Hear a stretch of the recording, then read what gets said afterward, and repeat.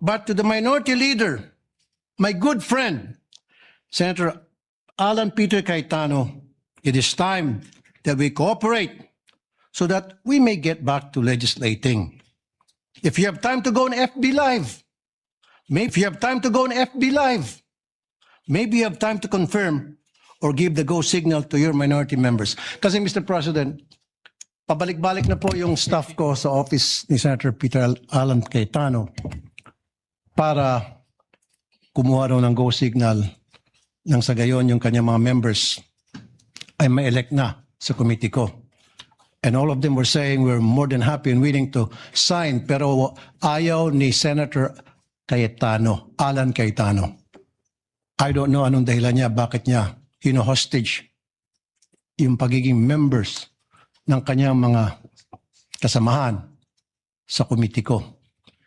Hino-hostage niya po yung mga LEDAC bills sa kanyang pagtanggi na bigyan ng go signal ang kanyang mga kasamahan sa minority para pumirma. Mr. President, sana makarating to kay Senator Alan Peter Cayetano.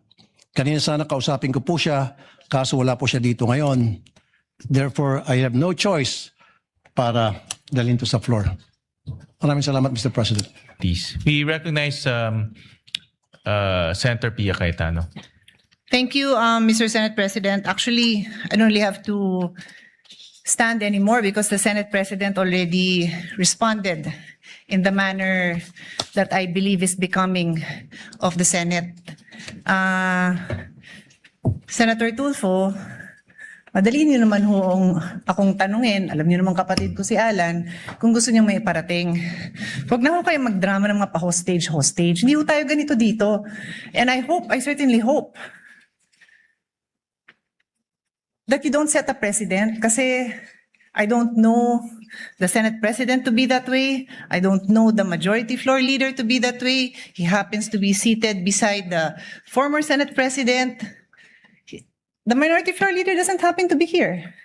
I can talk to him. Pag in-ignore niya kayo and the next day wala pa rin, then sige, sabihin niyo yung gusto niyo. Pero huwag naman sanang ganun. Wala ko akong naalalang ganun magsalita dito sa Senate for the 19 years that I've been a senator. Yun lang naman po. Thank you, Mr. Senate President.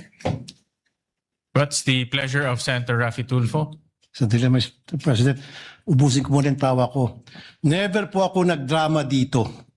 Simula nung ako'y maging senador, never ever po ako nagdrama rito.